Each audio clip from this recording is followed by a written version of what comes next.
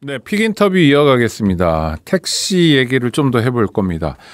김성환 전국 민주택시 노동조합 사무처장 오셨습니다. 어서 오십시오. 예, 안녕하세요. 네, 지난 토요일에 카카오톡 먹통 사태, 이건 카카오 택시 먹통 사태이기도 했겠죠?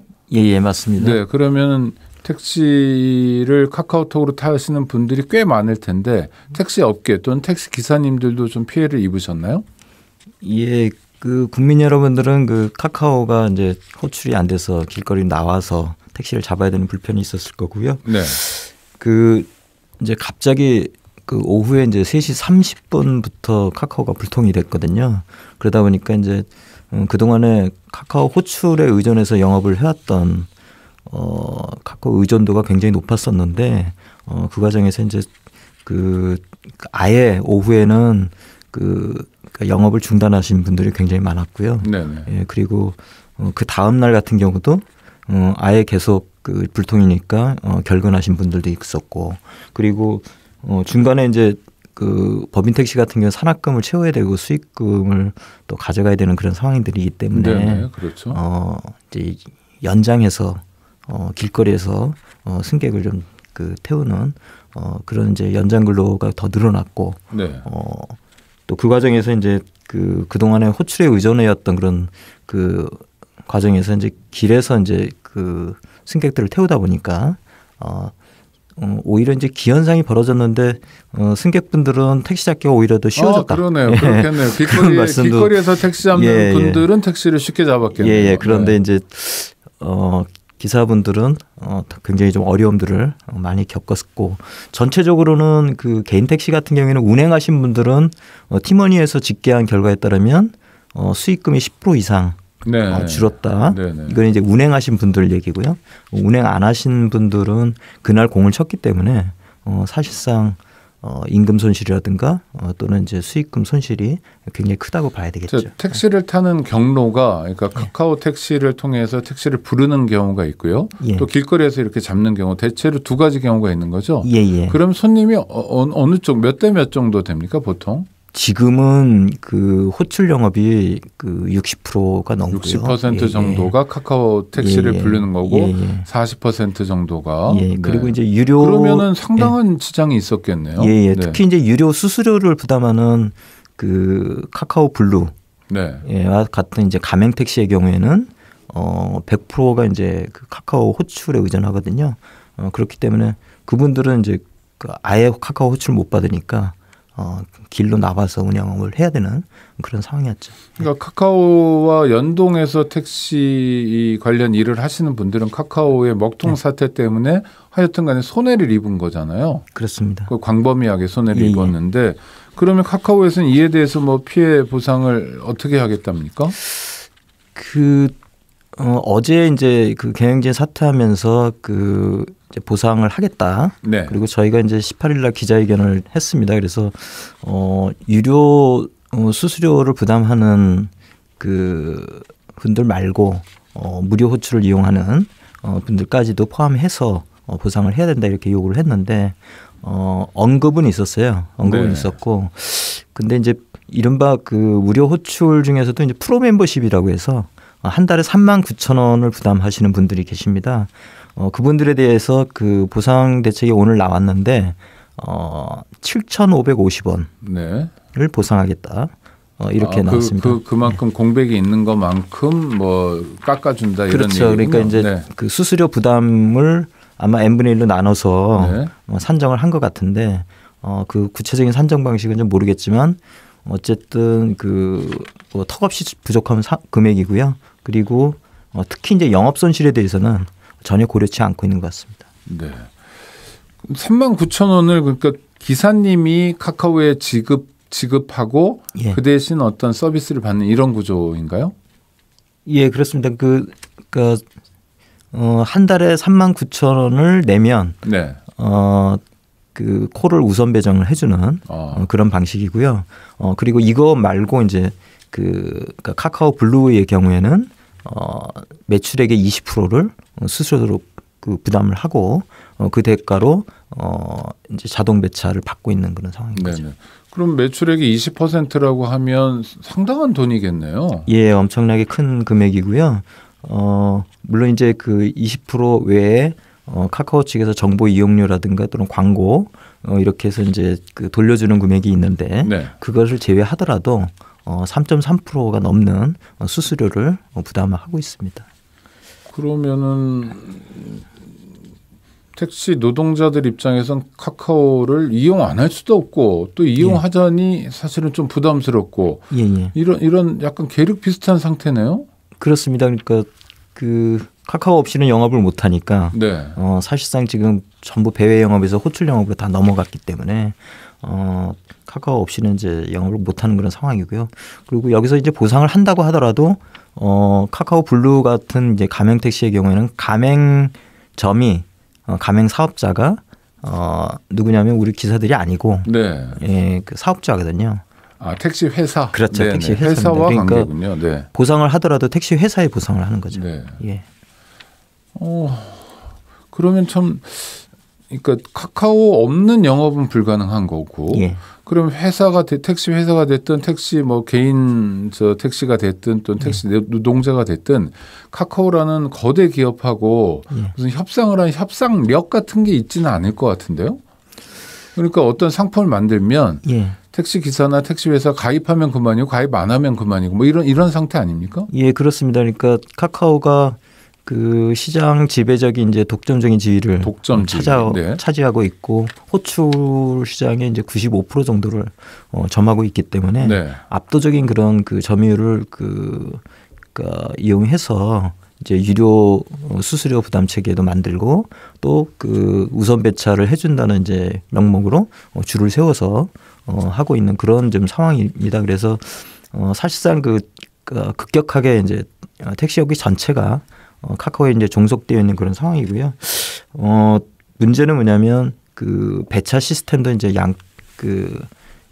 차별화 시켜서 네. 예, 그러니까 가맹 택시 같은 경우는 카카오콜을 이제 몰아주는 자동 배차 방식이고 이것이 이제 넘치니까 프로 멤버십 같은 제도도 또 해서 이제 39,000원씩 받고 있는 거고 해서 과거에 이제 무료 호출을 하면서 택시의 영업을 이제 지원을 했었던 그런 카카오의 기능은 사실상 지금은 멀어진 그런 상태라고 봅니다. 무료 호출을 통해서 손님을 끌어들이고 그 손님 끌어들인 95%라는 독점적 지위를 이용해 가지고 지금부터 본격적으로 돈을 벌고 있다라고 그렇습니다. 얘기해도 틀리지 않을 것 같은데요. 예, 그렇습니다. 네. 그러면 95%는 완전히 독점적인 거잖아요. 그렇습니다.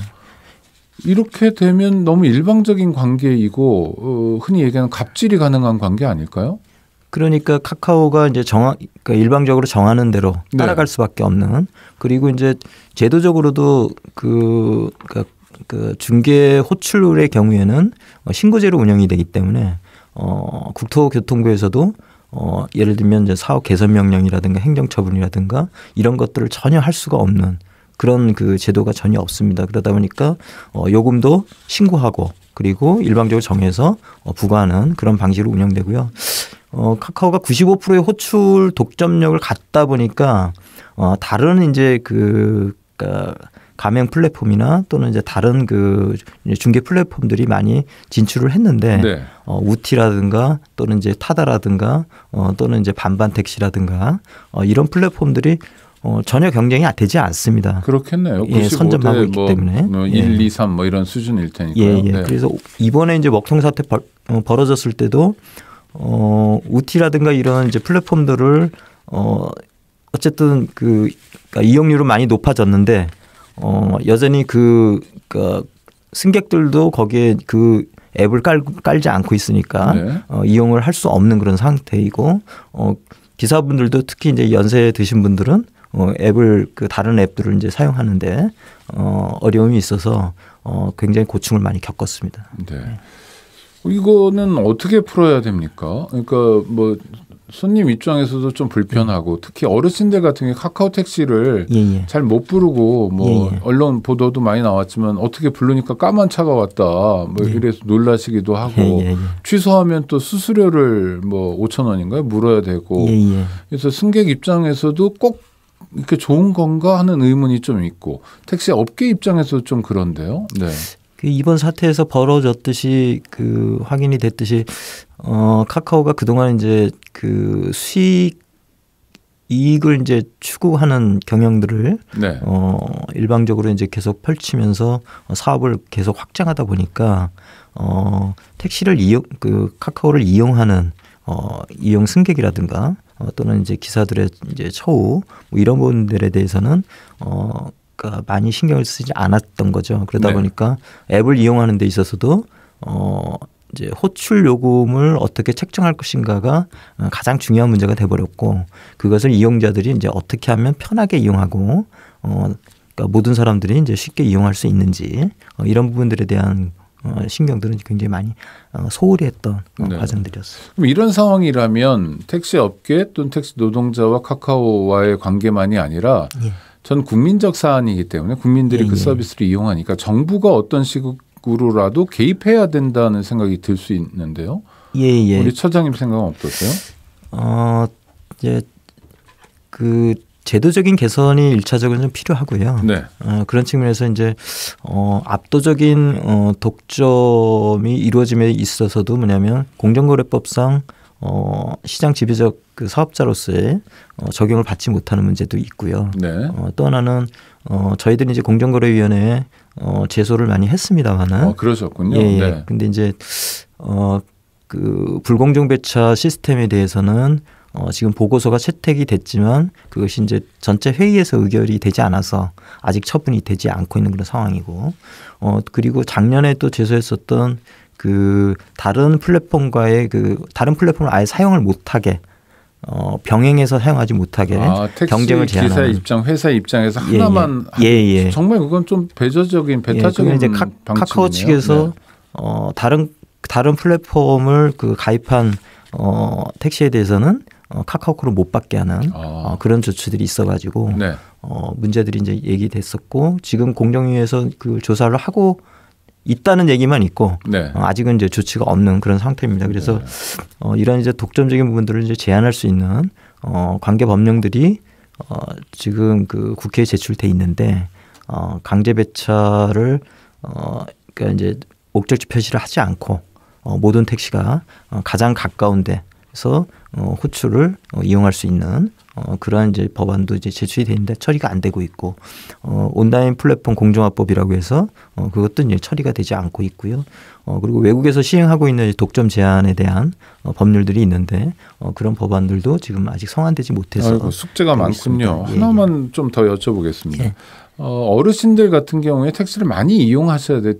대중교통수단이 불편하기도 하고 많이 이동해야 그렇습니다. 되니까. 근데 어르신들이 택시 이용하기가 너무 어렵다는 말씀들을 많이 하는데 카카오 택시 부르기도 어렵고 길거리에 나가서 택시 잡는 것도 어렵고 젊은이들은 뭐 잘할 수 있는데 어르신들은 못할 수 있잖아요.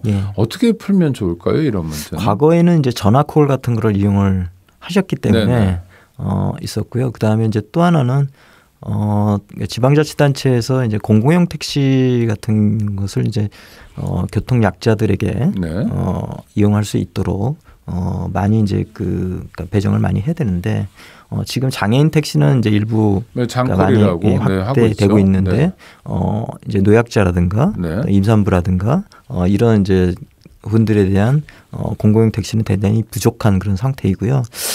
저희들이 그러니까 법인 택시의 지금 반절 이상이 차고지에서 운영이 되지 않고 있지 않습니까? 그래서 저희들이 이제 하나는 법인 택시 기사들이 공급이 많이 돼야 되기 때문에 그런 측면에서 법인 지금 그 휴업 중인 그런 택시들을 예를 들면 개인 택시 면허로 전환을 해서 공급을 한다든가 또는 그 교통약자들을 위한 이제 공공용 택시로 전환을 해서 지방자치단체에서 그것을 이제 운영을 하면서 심야에도 공급을 할 수 있는 그런 이제 그 방안들을 저희들이 이제 제시를 하고 주장을 하고 있는데 아직 받아들여지지 않고 있는 그런데 상황입니다. 그 지금 처장님 말씀하신 그런 방안은 누구나에게 좋을 것 같아요. 택시 업계도 좋고 노동자도 좋고 어르신들도 좋으면 정책으로 잘 살려가면 좋겠습니다. 그러니까 어르신들의 경우에 택시를 탈 때 뭐 일정하게 좀 더 빠른 서비스가 생길 수 있다는 거죠. 그렇죠. 아이고, 그 좋은 아이디어 감사하고요.